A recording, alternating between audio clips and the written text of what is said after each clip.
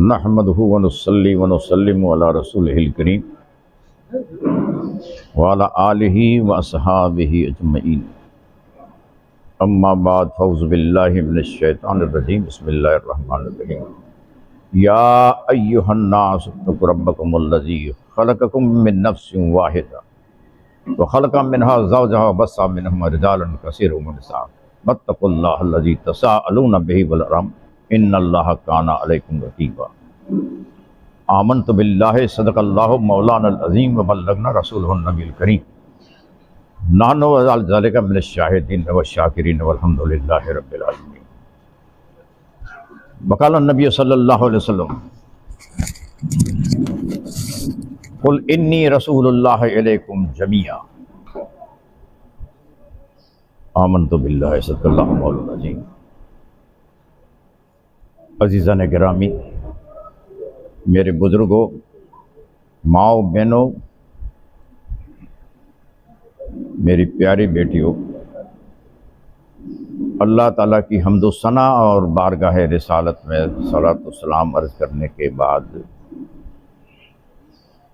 आज के इस मौके की मुनासिबत से कुरान शरीफ और यह हदीस से पाक तिलावत की है। ये सबको मालूम ही है, आज एक कुरान और हदीस का पूरा सबूत इस हाल में मिल रहा है। अल्लाह ताला जिन्होंने इनमें मेहनत की है, ये मेहनत यहाँ वाले भी है जो हज़रत वज़ीर अली साहब और उनके ख़ानदान में, यही काम है उन बुज़ुर्गों का कि बग़ैर किसी मज़हब व मिल्लत के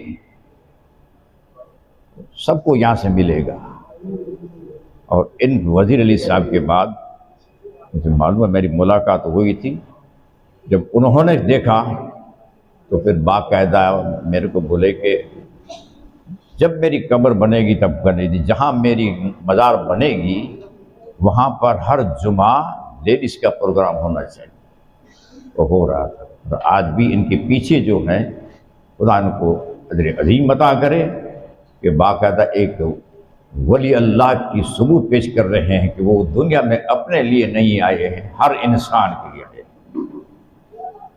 और जिन्होंने ये मेहनत की है, मुझे मालूम पड़ा कि मेरे बाजू में जो अम्मा जान बैठी हुई है उनके बारे में भी पता चला। जरूरत है इनकी, आज सख्त जरूरत है नौजवान बच्चे और बच्चियों की, सख्त जरूरत है। आज इंसान इंसान नहीं रहा है। कभी जंगल में डरता था इंसान, आज शहर में डर रहा है। इंसानों से खतरा ही है।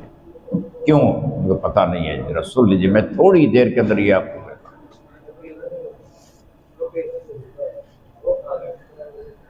कुरान शरीफ की जो आयत तिलावत की है, या अय्युहन नास कहा है, ऐ लोगों।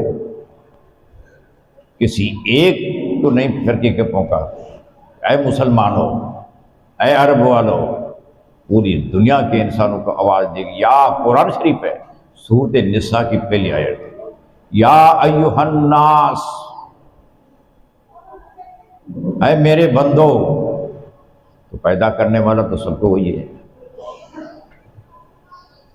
आवाज़ क्या दे रहा है? इत्तक़ू रब्बकुम, मुझसे डरो। मैंने एक ही माँ बाप से तुमको पैदा किया हूं, एक ही माँ बाप से पैदा किया हूं। सिवाय में खुदा का कानून अपनी कुदरत की निशानी बताने के लिए कि आदम और हवा, सिवाय इनके उनका न कोई बाप था न माँ थी। ये खुदा अपनी कुदरत को बताने के लिए, बाकी दुनिया का निज़ाम था उसमें वो बता रहे हैं। आज हर एक जानता ही है कि जो इंसान दुनिया में आता है वो सबको मालूम हो जाता है कि आ रहा है। क्यों? कि रास्ता एक ही है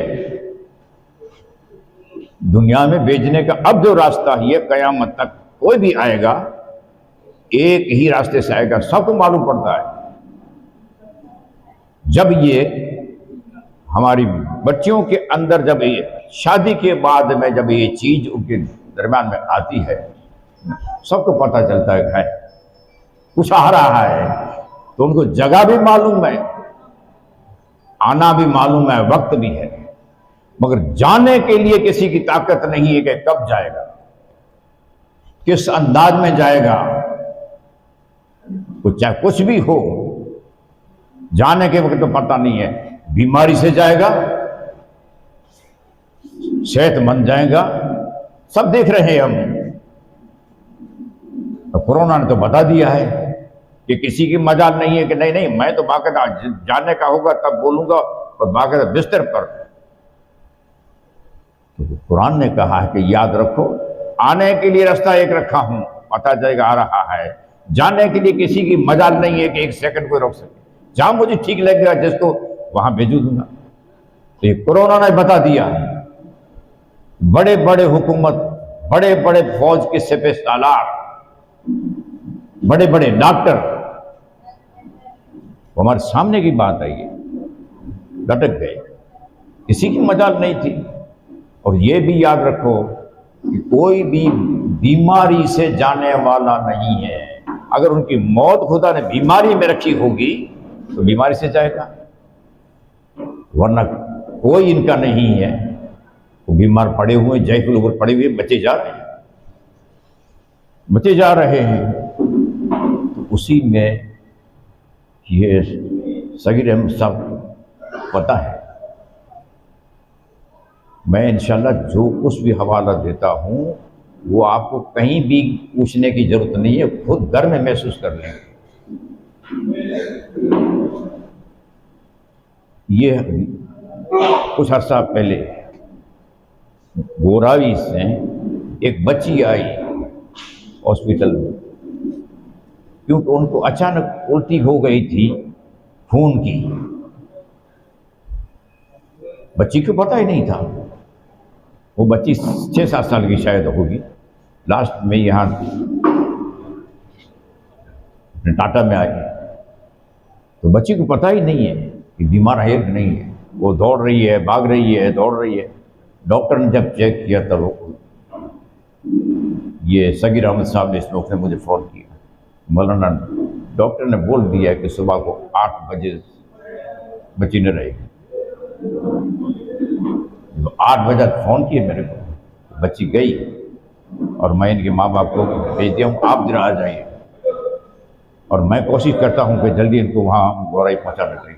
तो वहाँ मैं पहुँचा, उसी वक्त में एक जो लेडीज थी डॉक्टर,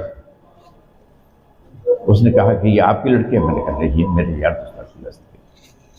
वो रो रही थी, वो पूरी रात ये हमारे पीछे दौड़ रही थी, शरबतें पी रही थी, और अचानक ही ये वो हो गया। लेकिन इनके कान में बालियां हैं, वो निकालने के लिए मेरा दिल नहीं चाहता। आप निकाल, मैं निकलता हूँ। उसके बाद में फिर मुझसे पूछा गया कि जब खुदा को भेजने का था और इनको दुनिया में रहने के देने, उनको टाइम नहीं देने का था, तो भेजा क्यों? ये सवाल आप देख रहे हैं। तो मैंने कहा कि आप किसी धर्म और मजहब, हाँ, मैंने कहा देख लीजिए कि हर धर्म वाला ये कहता ही है, हर धर्म वाला कहता है। उनको पूछो कि मंदिर क्यों, मस्जिद क्यों, गिरजाघर क्यों है? जाते हैं आते हैं खाली। बोल के एक जिंदगी आने वाली है मौत के बाद। तो उसमें जिसको टाइम मिला है और उनको जे नेमतें मिली है उसकी सर पर उनके पहले चेक होगा। तो मैंने ही टाइम भी दिया, जिंदगी भी दी, क्या करके आया है, मगर ये डायरेक्ट वहां पहुंच गई। जाना है, ये तो मुसाफिर खाना है, जाना ही है। तो ये तो खुद किस्मत है, तो इनको पूछने की बात जरूरत नहीं है, इनको जल्दी मिल गई। जो तो ये है। तो अज़ीज़ान मिल्लत, आज दौर यही है कि हम आपस के इख्तिलाफ की वजह से मार खा रहे हैं, वरना ये कोई चीज़ नहीं है। हर धर्म वाला ये कबूल करता है कि मरने के बाद एक ज़िंदगी, वो ज़िंदगी वो है कि जहाँ न कोई तकलीफ है, न कोई बीमारी है, जईफ होगा वो बाकायदा जवान हो जाएगा, न फिर वो मौत है कभी, कोई भी जाएगा। ये दुनिया के अंदर बाकायदा कमाने के लिए भेजा के लेकर, तो हम सोचें कि खुदा बंदा ये जो है दुनिया की जिंदगी, इसी में पापड़ बेल कर मुश्किल से हम कमा सकते हैं, तो वो लंबी जिंदगी के लिए क्या करेंगे? बल्कि उनके लिए घर में ही मिल जाएगा, आपको घर में ही मिल जाएगा, कहीं जाने की जरूरत नहीं है। तो क्या है कि बाकायदा उनको मानो इंसानियत उसने भेजा है, उनकी खिदमत करो। बस इतना कर लिया, साबित रहा मरने तक, तो फिर आपको जिंदगी के लिए बस इतनी कमाई घर में कर सकते हो, जाहिल भी कर सकता, जाहिल भी कर सकता है। तो आज का दौर यही है कि बाकायदा सही तरीके से दौर बदलता रहा है। अब इन दौर के लिए सबको भी ये समझना ही है कि ये बीमारी से, ये बीमार जो हैं डरना नहीं है, और ये जो खिदमत कर रहे हैं, मैं बंद कर रहा हूं, ये जो खिदमत कर रहे हैं और आपको जो दे रहे हैं, ये आपकी अमानत थी, इन खुद का कुछ नहीं है। खुदा का शुक्र है कि इनको ये तौफीक मिली कि जिनकी अमानत थी उनको सुपुर्द किए।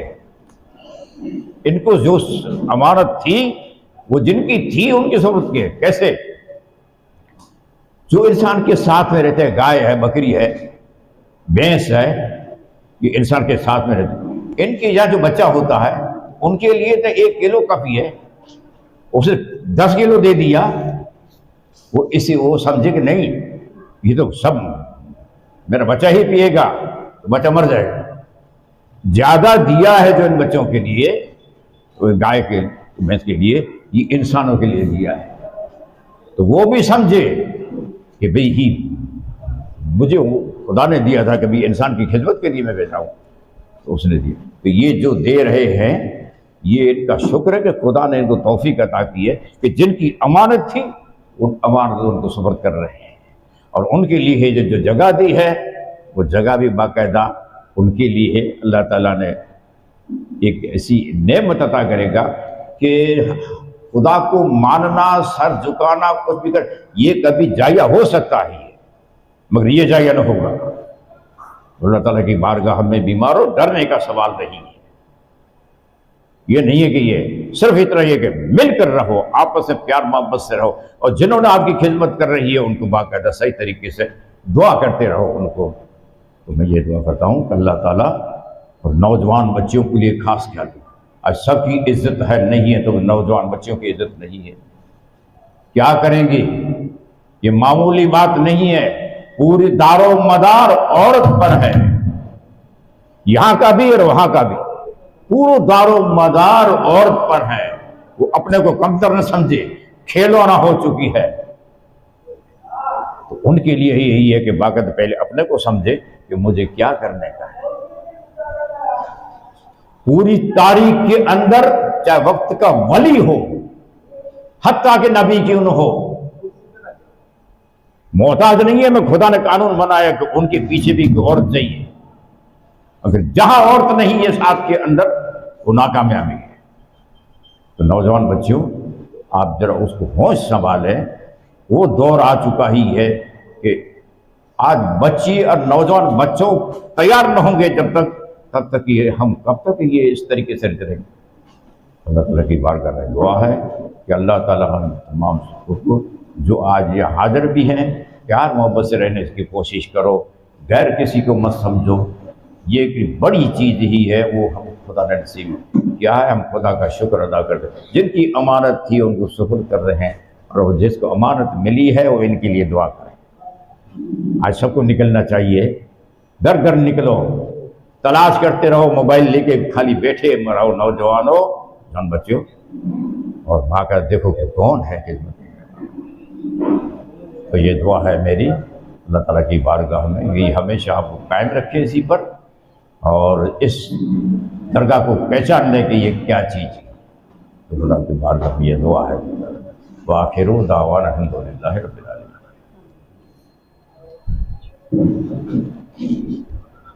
कितनी बड़ी बात बताई मौलाना साहब ने, आपने सुना, गौर करो उस पर, जरूरत है कि हर इंसान को जाना है और हर इंसान का हक हर इंसान तक पहुंचेगा। अल्लाह पहुंचाने वाला है, ना हमने कुछ किया, न ट्रस्टियों ने कुछ किया, किसी ने कुछ नहीं किया। आपका हक आपके तक पहुंचाने की हिदायत अल्लाह ताला ने हमको दिया। बहुत बहुत शुक्रिया भाई साहब, आप हमेशा हमारे लिए इतनी मेहनत करते। इस उम्र में आपको बुलाने के लिए भी थोड़ी जहमत उठाना पड़ती, लेकिन फिर भी हम आपको बुलाते, क्योंकि हमारा ये मानना है कि आपकी दुआओं की वजह से आज 10 साल हो गए कैंसर रिसर्च फाउंडेशन। अल्लाह माशाअल्लाह इतनी अच्छी बरकत आ रही, इतनी अच्छी बरकत आ रही कि हर साल, हर महीना, हर दिन 24 आवर्स 24 घंटे मेहनत में जुटी है cancer research foundation, Minaz foundation. ऐसे बहुत सारे लोग हैं। ये आप जो बता रहे थे कि भाई ये जो खिदमत है ये हम कर रहे, झूठ बात है। बहुत छोटे इंसान है, हमसे अल्लाह करवा रहा और अल्लाह हिदायत दे रहा, और हिदायत पे हम चल रहे हैं।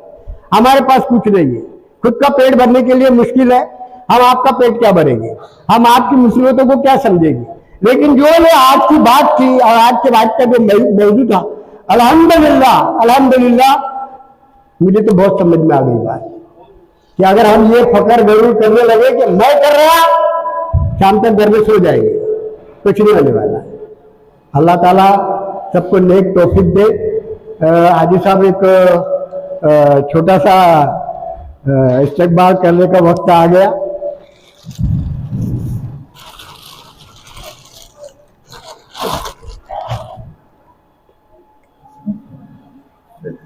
आइए आइए, नहीं आइए आप ऐसा भाई।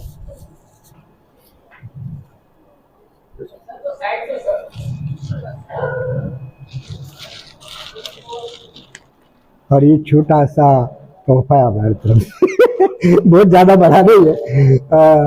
हम जानते हैं आपको ये सब अच्छा नहीं लगता, पर मैं एक छोटा बेटा है ना आपका, तो अल्हम्दुलिल्लाह। जाइएगा नहीं, अभी बहुत सारी बातें बाकी है। आज मैं 50 साल से इस लाइन में हूँ, 50 साल से काम कर रहा हूँ, और 50 साल में जब मैंने बात देखा तो यही समझ में आई कि एक ऐसी बीमारी है कि जो पूरे घर को साफ कर दे। अल्लाह माफ करे, ये किसी के घर तक ना पहुंचे, और वो ना पहुंचे इसलिए कैंसर रिसर्च फाउंडेशन की जो टीम है वो तो मेहनत कर रही, वो जो लोगों को समझाने की कोशिश कर रही, जिनको कैंसर हुआ है उनको भी और जिनको नहीं हुआ है उनको भी। ये बात हमेशा समझाने की कोशिश की जा रही कि इससे बचो, इससे बचो, इससे बचो। और इसीलिए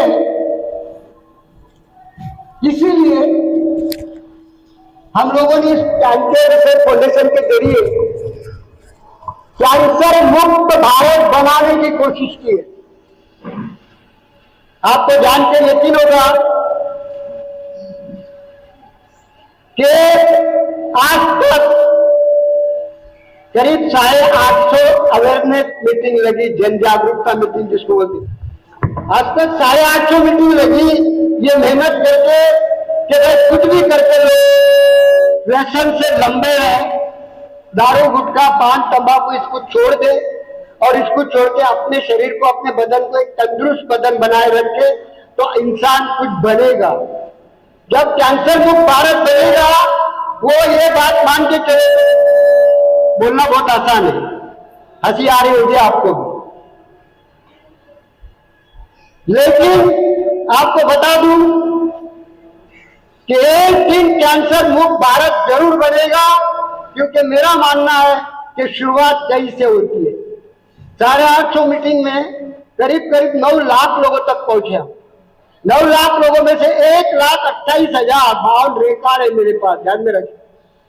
1,28,000 लोगों ने अपनी जो तंबाकू दारू बीड़ी सिगरेट थी ये व्यसन से मुक्त हो। उन्होंने तौबा कर ली।